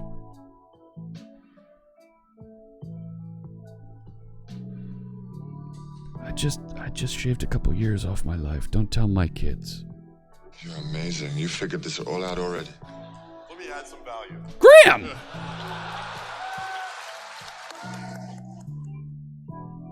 Thank you so much. Another 1,000 bits. We're gonna make another big donation to St. Jude's Children's Research Hospital and 25 other folks in chat just got emotes.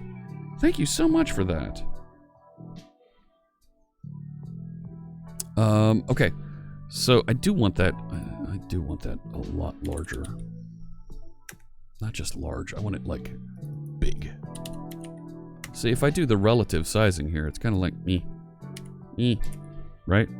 But if I do 48 point, that's a font size. Okay. So now I have an endpoint. I want it to start way over here and go all the way over. I'm gonna wrap these other things in a div so I can put them on another line. But I don't want to lose any of this. So let me copy that, go back over here, and paste in. Those were my settings. So they stick around. Cool. I've got an extra. There we go. Okay. And I put a clear both on this. So let's take this stuff. And I'm just going to put this, I'm going to call it stats. This is eventually going to go away. Oh, you're not going to finish the div for me? Okay, so these, I want to put in their own div. Thank you for the follow, Kurlan T. I appreciate you following us here on the channel. So now I have the train, and I can position the train, and all the images in the train will follow along with it. So if I say train, right, height 100 pixels, position absolute, left, no, let's do this, right 10 pixels. So now it should start on the right side next to me, well, when it is on me, but and we'll be able to move across, right? We'll start passing in, or we'll set up a CSS animation so it goes across, and we'll appropriately, when a follower happens, stop the animation, reset the location, add another image into that. Oh, it's going to be beautiful. It's going to be beautiful. So let me reload this. While that's reloading, let me take a look back at the chat room. Trying to learn to code after you study up for the A+ exam, probably Swift and C++ since you have LinkedIn Learning. Okay, terrific. If those are languages and tools you'd like to go after, more power to you. I could use percentage for the font. Oh, you're right, accented catalyst. You're right, I forgot about that. There's a question here from Pimplachek. Pimplachek? Okay. Is Blazor production ready? Just asking because I see it for the first time. So Blazor is a user interface framework. I want to make sure folks understand this. Blazor is a user interface framework that can run in many different locations. Thank you for the follow, Kingery. Blazor allows you to build your user interface with C# and HTML in a component first structure. Now, where those components run is up to you. You can run them on the server with ASP.NET Core 3, and the ASP.NET Core framework will send SignalR requests back and forth to update those components appropriately, both on the server and on the client. The Blazor interactions that you see me working on here, this is server-side Blazor. All of this code is executing on the server, and you see it there inside my code. It's really, really small here in the inspector. It's running on the server. You can also compile and run it inside WebAssembly. That version is still in preview, and the Microsoft team expects to release that production ready with support in May. So you got a little bit of time until that's ready. But everything that you're building with components and running on the server should be able to run in the client. Now, there are some considerations that you do need to make when you are building server components versus client components. Your server components can access things behind the firewall on the server that your client cannot access, especially if you're going to deploy to the open internet. So there's a couple things to be concerned about and to make sure that you know about. But server-side, Blazor Your Blazor components running on the server, fully supported and available as of September 2019. Okay? So there you go. All kinds of features and things you can do there. Pimplachek asks, it's like Vue.js, but components are on the server side instead. Well, it's like Vue.js, but the components can run wherever you'd like. Your components can run on the server, they can run on the client, and there's even considerations coming up about having it run inside of Electron as a full application. So, but that's a consideration. That's a prototype that's being toyed with, being tinkered with. Wolfhound Jesse, happy Sunday indeed. Thank you so much for joining us. So, I'm logged in here. Let me go to configuration. Let me go to the train. There it is. So now it's positioned appropriately on this side. It didn't put the div for my stats on a separate line here. Why is that? Right here. This one. Right? Inherited from body. No. Right? Clear both. Why do I want to put it on another line?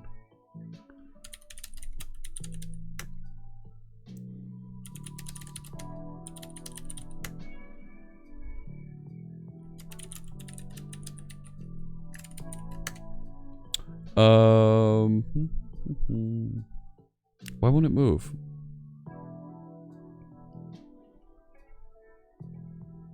The other one is because the other one's position absolute, that's why.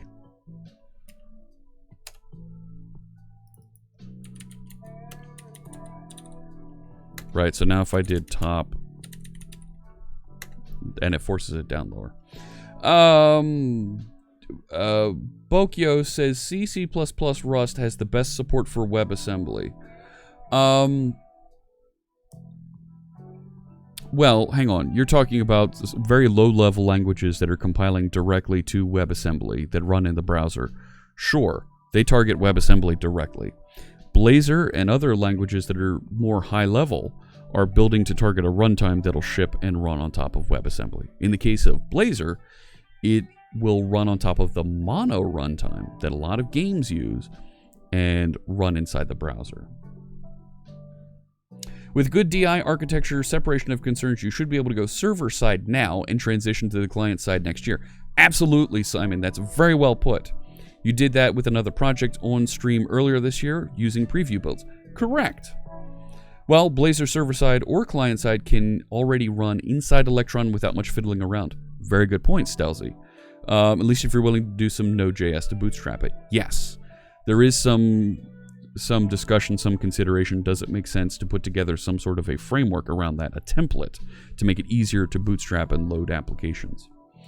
Continuing, Recarbonauts says, has a question about learning C#. Okay, let me read your question here, Recarbonauts. Your professor for intro, where we will start learning Python, Java next year, recommended C#. Okay. You're digging the way Microsoft has everything laid out with Visual Studio. Cool. I'm glad you like that. But is the step-by-step book by Microsoft Press the best way to teach myself? That's what you started learning this week anyway. Not a problem for the long question, Recarbonauts.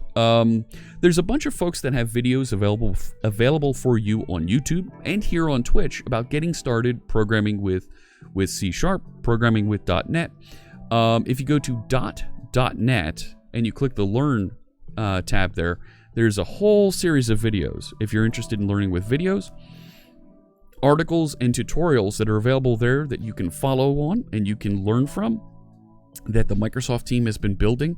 If you want to check out another one of the live coders here that's teaching stuff for basics, for folks that are brand new to software development, our friend Fierce Kittens is running a series on Friday nights where she's teaching the basics of getting started with C# and WPF. So you've got a bunch of different options there that you can go to. Yeah, there you go. Janescu mentioning it as well. Go has pretty good support as well. Yes, it does. R*BG, thank you for the follow. Appreciate you joining us. Let me keep up with chat here. There are hundreds of videos on learning C# now. Yes, and there's more coming. I think they just finished recording another 20 that they're going to be shipping. I am Dinesh. Hey, Alka, good to see you. Why use Mono runtime instead of .NET Core runtime for running C# in WebAssembly? Good question. Thank you for the follow. Vlad, 13379. So, and I'm not connected, so you're not going to see these update here. So it's using the Mono runtime because Mono was actually already built to be able to handle pre-compiled content to run against a C# runtime. So it was very easy for the .NET team to grab the Mono runtime and say, well, let's use this. What you're seeing, though, is one of the reasons that .NET 5 is coming. The next version of .NET, set to release in November 2020, so we got more than a year till this happens, is going to unify Mono and .NET Core runtimes. So you have one runtime as a .NET developer that you can target if you want to build your application ahead of time, or if you want to do like we do right now with .NET, you want to do just-in-time compilation. Build and allow the runtime on whatever target operating system to do that final compilation and run your application. Very similar to how Java operates. But as you've seen with Java that gets compiled to run on Android, you need to do that final pre-compilation step to make sure that everything's built to run natively on the mobile device. And that's what we do with stuff in with Mono and with the stuff that runs in WebAssembly. So, Neil asks, just curious why you'd use C# for this task instead of just JavaScript on a canvas in a browser window. This is intended for an OBS overlay, still new to C#, not really seeing its advantages yet. You could use JavaScript for this? Yes. However, we like C# and we're exploring this as an option that we can use to go after that, to present the same thing. Fierce Kitten's First Class VOD is available if you go check out her channel. Yep. Acrophobic Pixie, picking up and responding for some information about that. Thank you so much. Don't worry too much about not learning using C#. The object-oriented theory will be easy for you to transition. Yes. Thank you for the shout-out, Ancient Coder. All right. So I've got this positioned over here. I want to have, I mean, it is right up against over here. I guess that's okay. I could put a little bit of padding around that, but whatever. So now to get this to go across the screen, how do we make it actually traverse? How do we make it travel across the screen here? Shouldn't be too hard to do. I could do that with a C# animation. I could also do a little bit of positioning to make it navigate across the screen. We could do that. And just specify the position of the train here, right? I could say style equals, right?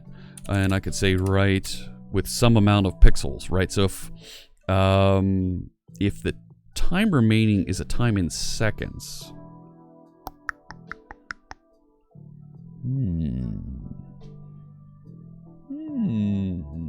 we're gonna have a % time remaining, right? So I can specify and go across. Why not CSS animation? Well, I'm just going to be moving it across the screen. I mean, I could tell it to do a CSS animation, right? Right? That would be easy to do. So I don't, right? And if I'm just moving right to left, right? So how do we do the CSS animation to move? CSS animation, move horizontally. And we can just wire up the animation and tell it, here's how long the animation needs to run based on the time span configuration for the train, and just have it go from one side to the next. How to move a div horizontally? Well, I just want to have it move horizontally, right? Yeah. So WebKit animation simple, blah, blah, blah. Oh, translate X. And I'll just add the class for the animation. Right, so I can remove it and re-add it. So, will the train back up and couple to a new carriage? That's not a bad idea either, Chris. You feel like you learn way more watching my channel for an hour than you do all week in your programming classes. Recarbonauts, thank you so much for the question, for the comment on there. Very much appreciate that, and I appreciate the follows and the subs. You know, it's tremendous. I'm glad you're enjoying our community here. It's a lot of fun. Ispanico5 has a question. You're in second steps. You know a basic C# and basics of object-oriented programming. You try to learn some advanced features like delegates. Yeah, delegates is a little bit tricky. It's not a simple declaration, absolutely. You need a really small project and a real example of use. You're trying to learn generics, lambda expressions. Ooh, you are. Yeah. Check out the videos from my friend Scott Hanselman. If you go to .net, it's a great place to jump off here, and there's a learn button here. There are tutorials that you can run in browser. You can learn a little bit about that. And there's also materials for C# right here you can jump into that'll get you into some tutorials on how to do some of those things. But if you're looking for videos on demand on how to do delegates and generics and some of those things, we'll get into some of those topics here. And you're always welcome to ask questions about that in our channel Discord, and we'll discuss and share a little bit of that. But I want to get this CSS animation. I don't want jQuery. I don't want jQuery. No jQuery. We want CSS animations. CSS3, slide in from left transition. Wrapper hover slide. No. There we go. WebKit animation slide for. What's forwards? What's forwards? No. Right? There is a transition that you can do over here. Right? Thank you for the follows. Jacksonus. Rocket. I'm going to just call you Rocket. I'm not going to pronounce your full name there. Because I do want to stay family friendly. I want to make sure everybody's welcome and feels comfortable here. Caudally, thank you for the follow as well. And Hispanico, appreciate you following along here. Yeah, I want to move things with CSS3 animations. I just want to have it transition on the x-axis, right? X is horizontal. So I just want to have it move. Animation, pulse, 1 second. I don't want to have it pulse. I want to have it, and not keyframes. Maybe I do need keyframes. And it's not scale. Changing direction, no. Multiple animations, no. Setting a delay, no. Displace content. Well, there we go. Transform, translate Y. What VM software? I'm using Hyper-V. Comes with Windows 10 Professional, so it's easy for me to just start up a virtual machine, point it at an ISO for my operating system that I wanted to use, and get started and run. So, okay, transform, and I can say just translate X with a percentage with these keyframes. Okay, right? So animation name, insert banner, and at keyframes, and it's this. So let's try that. That feels like a thing we could do here. And then we'll wrap up here. Okay, so I had at keyframes, and let's call this move train. Okay. And I'm going to do translate X, right? Oh, heck, that seems... Right, let's... Something like that, I guess? I don't know. Right? I'm just going to copy this in and see what it looks like. Because we're developers, and if we know nothing, it's copy-paste. So what I should be able then to do is train here, say animation, right? Animation name. Move train, okay. Animation duration. And let's have it take 30 seconds. Iteration count is 1. I only want it to go across once. Fill mode. Oh, width? Width? I don't know about width. Let's see about that. I'm Scott, I'm new here. Oh my gosh, I am Danish. Thank you so much for the sub. I appreciate you bringing your Twitch Prime here. Let's, now why am I getting a red underline here? Keyframes does not exist in the current context. I may need to include the animation libraries?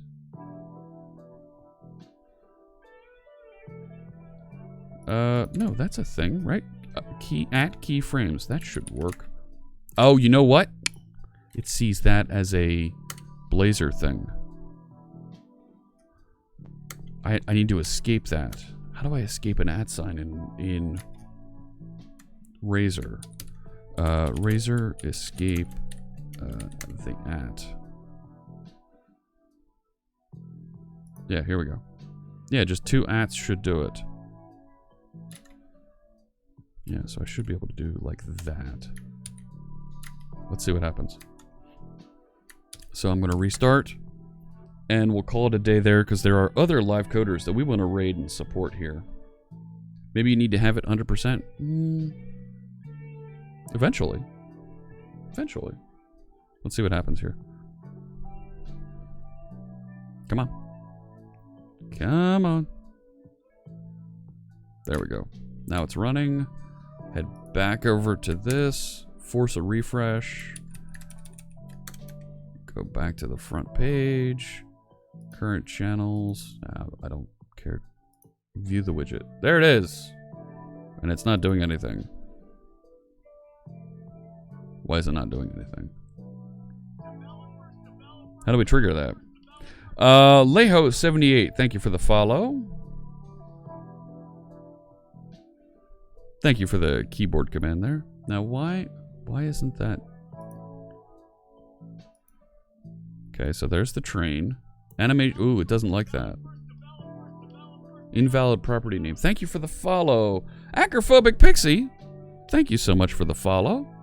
I don't have the train wired up, so we're not going to get credit. We're not going to see it move yet. So why doesn't it see the move train here? Right? At keyframes, move train. Yeah, there it is. So it doesn't like the animation name.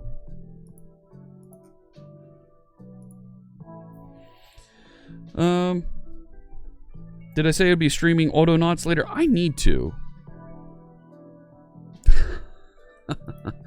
I do have some other things that I need to do around the house here today. I may not get to it until tomorrow, but I will be streaming Autonauts at some point here. I need to figure that out. When and how to get that in. Oh, well, look at that. Animation name. It doesn't like that at all here. So what am I doing wrong? Not that one. Not that. We were looking at that. At keyframes. Insert banner. Scroll banner. Why didn't it pick it? Oh, it's animation dash name. No. Oh, I spelled it wrong. Oh my gosh. So wait, if I go back over here, right, and go to this, and I make sure, thank you so much. But it's not actually moving. Oh, there it goes! It didn't go anywhere. It's moving!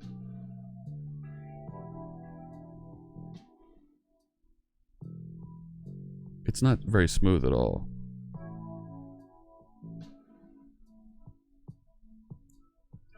And it's backing up. Thank you for the follow, Killer Coder PT. Appreciate you joining us. And we've seen you in the chat room. It is moving in increments. I want it to be smoother. All right. So we've got something here. Right? And that's probably because I don't have a 100% with it being all the way over on the side. So I feel like... Now, the 30 seconds is right. We need to make the animation the full width. You know? It's a good start. So I've got to spend some time learning a little bit more about the animation here so I can get it to go all the way across the screen. But did I just do something bad? No. Okay. But let me wrap things up here. I want to make sure that we support some of the other live coders that are streaming here today. So let's call it here. I'm going to throw a git status on here. Yep. Let's add these changes that we made and commit them to source control. So if you want to take a shot at improving the animation here, getting it fixed, getting it to do the right thing, you'll be able to send that through. So, started animation placement and animation of the follower train. And I'll push that out, so it's now available to you. Thank you so much, everybody. It is that time. It's been so much fun already. So I'm going to issue the raid call here for us. If you're a subscriber, follow that, copy that first line that the bot wrote in the chat. If you're not a subscriber, that's okay. Copy that second line. Copy it onto your clipboard. Sorkenheimer just got here. I know, I'm sorry. Question on forums on the webpage. Is there a way I can email a table that is on a MySQL server and email it as a spreadsheet? Try formatting it as CSV, and Excel will pick that up and turn it into a spreadsheet for you. There's other ways to do it as well. Thank you so much, everybody, for the follows, for the subs. I really appreciate it. We're going to set up and we're going to raid. Of course, it's Sunday morning. We're going to raid our friend NoOpCat. This video, like my other videos, will be available over on YouTube.